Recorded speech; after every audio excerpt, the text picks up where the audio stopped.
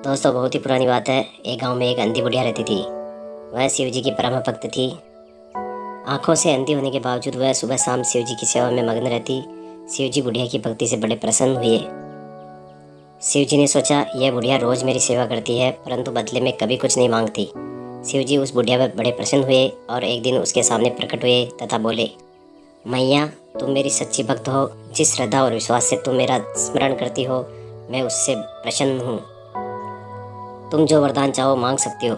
बुढ़िया बोली, हे नाथ, मैं तो आपकी भक्ति निस्वार्थ प्रेम भाव से करती हूँ, मुझे तो कुछ भी नहीं चाहिए।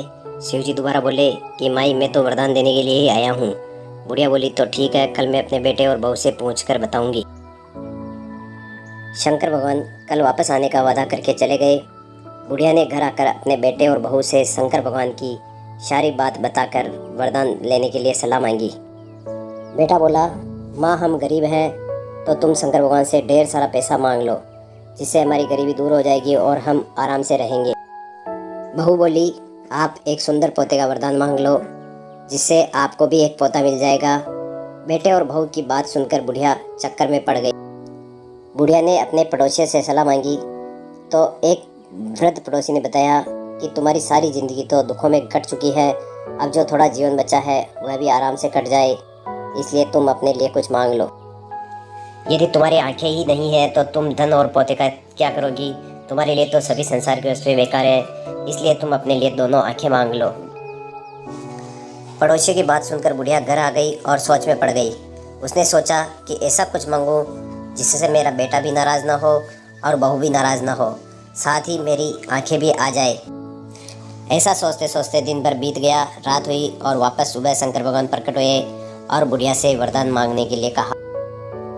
शंकर भगवान के दर्शन पाकर बुढ़िया ने कहा, यदि आप मुझ पर प्रसन्न हो तो मेरी इच्छा अनुसार वरदान दीजिए। बुढ़िया ने कहा कि मैं अपने पोते को सोने की थाली में खाना खाते हुए देखना चाहती हूँ। बुढ़िया की वरदान की बात सुनकर शंकर भगवान अति प्रसन्न हुए और बुढ़िया की सादगी, सरलता और बुद्धिमानी पर प्रसन्न हुए और बोले कि मैया, तुमने तो मुझे ठग लिया। मैंने तुम्हें एक वरदान मांगने के लिए कहा था, लेकिन तुमने तो एक ही वरदान में अपने बेटे के लिए, बहू के लिए और अपने खुद के लिए बहुत कुछ मांग लिया। तुमने बेटे के लिए सोने की थाली यानी पैसा, बहू के लिए बेटा यानी पोता और अपने लिए भी आंखें मांग ली, यानी तुम फिर से देख सकोगी। इस प्रकार शंकर भगवान ने बुढ़िया को आशीर्वाद दिया और अदृश्य हो गए।